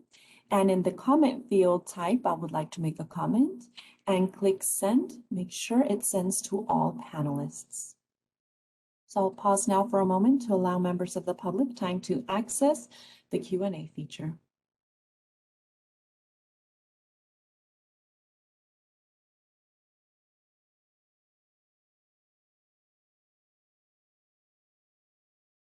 Committee Chair, no requests have been submitted. Would you like me to close the Q&A feature?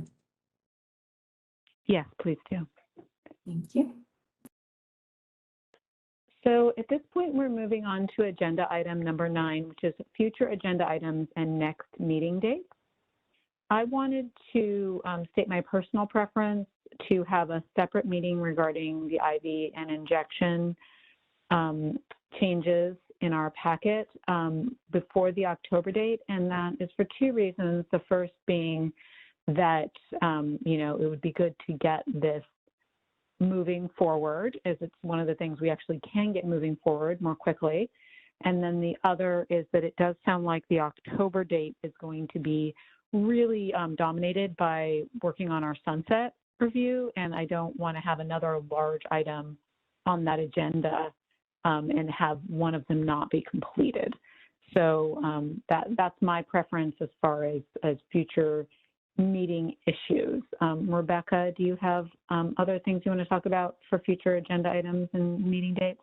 No, those are the 2 main agenda items that I have already listed, is the IVT regulations and the sunset report. And I agree with you, both of those are going to be pretty hefty agenda items. So having the IVT, just because that's going to be something that's sent to you offline, you can review it, I'll bring it back. As long as everybody agrees with it, then we can move forward with approving the language and moving forward with the regulation package. However, if there are some things that maybe you want to make changes to at that point, then it is at that time that you'll want to make those changes before we actually move that text forward, so that we're not having to bring it back to you every couple of months to make amendments. So that is definitely a good idea.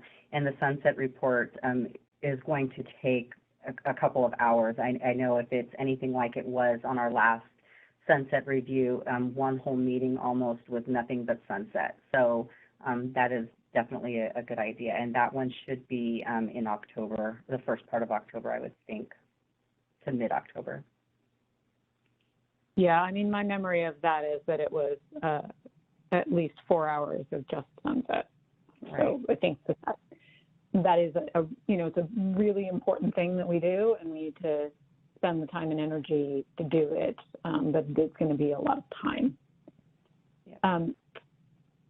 And then as far as other agenda items, do people have things they want, and knowing that you can add agenda items up until we post the meeting agenda, but anything right now that we want to make sure that we get on the next meeting?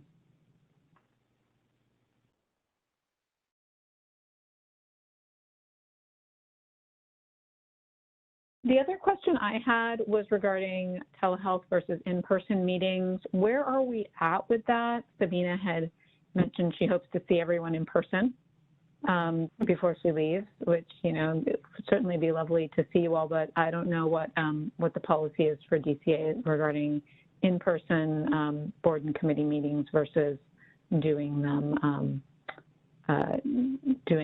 remotely at this point. Sure. So the directive right now, well, at least right now, is that we are still allowed to have in-person meetings. Of course, we'll have to follow whatever guidelines CDC has put out at that time. So for now, it would be something that we could do in October if you wanted to do the sunset report together. We could definitely start making scheduling and that type of thing for an in-person meeting. However, just with the Delta variants of the COVID that's going on, I'm not sure if stuff is going to start getting slowly shut back down or what. So we will definitely play it by ear and make sure that we are following all of the CDC and Department of Public Health guidelines moving forward. But if you guys are interested in coming together for an in-person meeting in October or even the December meeting, we could definitely do one or the other.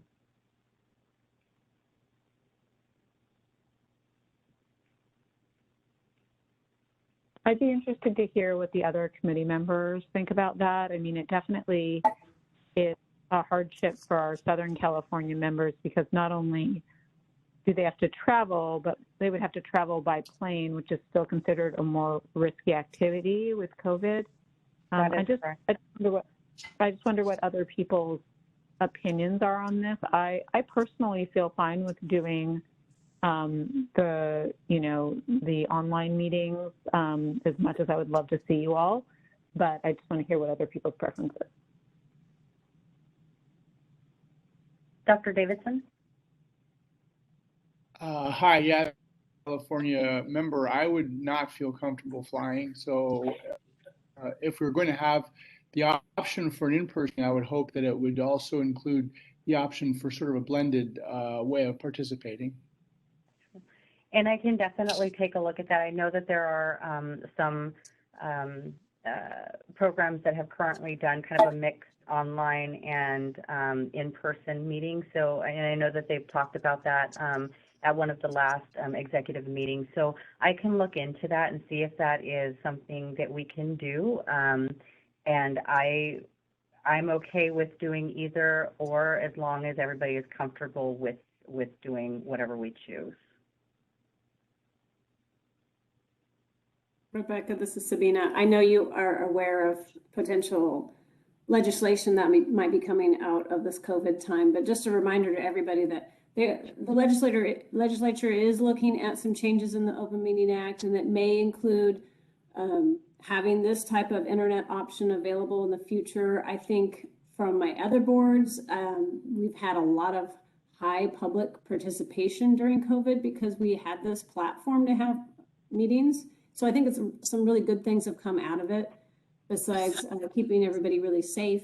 But we have had higher public participation. So we are keeping an eye on some new laws that may be signed, and it may change the future of what our meetings might look like, with different options available for remote and in-person meetings. That is correct. Thank you, Sabina. This is Dr. D'Amico, and I'm happy to follow Rebecca's lead about using her best judgment. And it does seem like we're, unfortunately, as much as we want this pandemic to be over, it's just not. And it's bringing us into new horizons in terms of meetings and accessibility. So we can do it. Whatever we need to do, we can do it. Okay. Well, why don't we go ahead and look at our dates and come down with the dates, and then we'll kind of proceed cautiously. I know that Dr. Davidson, if I were you and I'd have to get on a plane right now, I would not be comfortable getting on a plane as well. So I am totally with you on that. So why don't we go ahead and get that date scheduled, and then we will kind of see where we are in the next couple of weeks, and then I'll have the agenda put together, and we'll just kind of figure out if we're able to do a mixed media type of meeting in October or not. September, I think that, it's going to be hopefully a quick 1 hour, maybe 1 to 2 hour meeting. I don't foresee it going past that for the IV regulations. So I think that would be fine, being an online meeting as we're doing now. I know that we've been talking about some of the legislation that's going in, and there may be some changes made to reporting where our members are meeting from. So we may have to put those addresses again, but it's something that has not been done yet. So this is just stuff that's talked about, like Sabina was saying. So there may be some changes by the next time that we have a meeting. So I just wanted to put that out there. But I will keep you guys informed of what those are when we get noticed on it. So I'd like to propose October 5th, which is a Tuesday.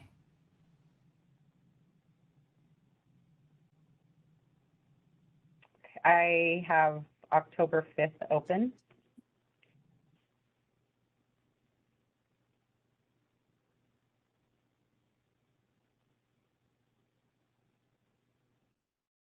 October 5th looking okay for our legal counsel and our other members?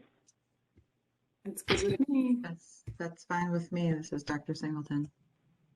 Great. Yeah, let's see. Is there anyone for whom it doesn't work?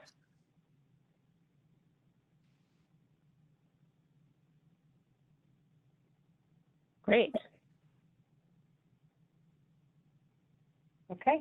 All right. So I have the sunset meeting scheduled for October 5th, and we will announce how we will be doing that meeting in the upcoming weeks. And then for the IVT regulations, I was thinking, let's see, gosh, we're almost in August. So I would say middle September, first part or middle of September, we could get onto those regs.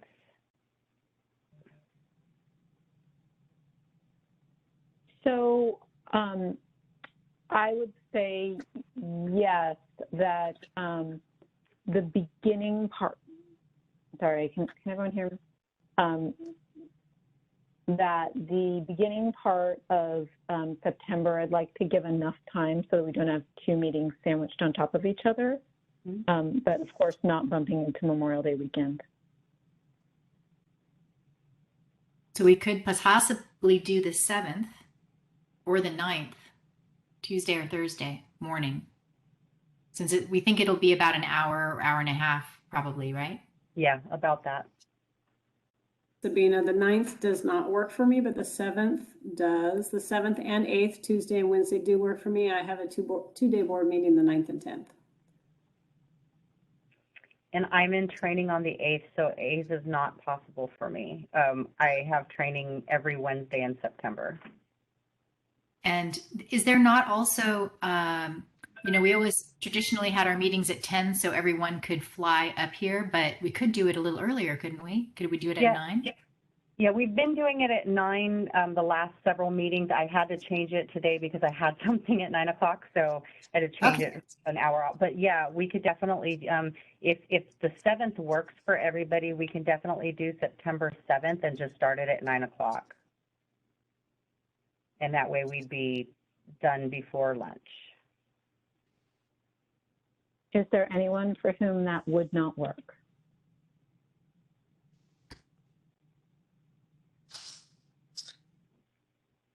Wow, this has been like the easiest scheduling we've had. Easy peasy. Love it. Oh, all right. Thank you. All right. We don't need to call for public comment on that, do we? No, on scheduling. All right. Are there any other items that we need to discuss? I do not have anything else on the agenda. I have a quick question. This is Dr. D'Amico. Rebecca, you mentioned that I think it was you did a CNDA thing with questions about masks and so forth. Is that something that's on our website, or was that just something you answered in the meeting? I'm sorry, you cut out. Oh, what was the question? Oh, sorry. I think you mentioned that you did maybe a Facebook Live with the CNDA and there were questions or updated guidance about masks in the office and so forth. Yeah, so I'm sorry, and if I misled you on that. So it was a town hall meeting that they had at the very beginning of the pandemic. So I was on there to answer questions about kind of what they had to do as a healthcare provider at that point. So unfortunately, nothing's no recent updates or changes that have been put out there. Okay, thanks. Not yet.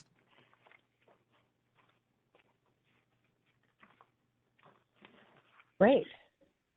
Well, at this point, unless there are any other questions, I'm going to pause for a minute and just make sure that no one has anything else to say. We are going to move on to adjournment. So just giving a brief pause here to make sure nobody has anything else.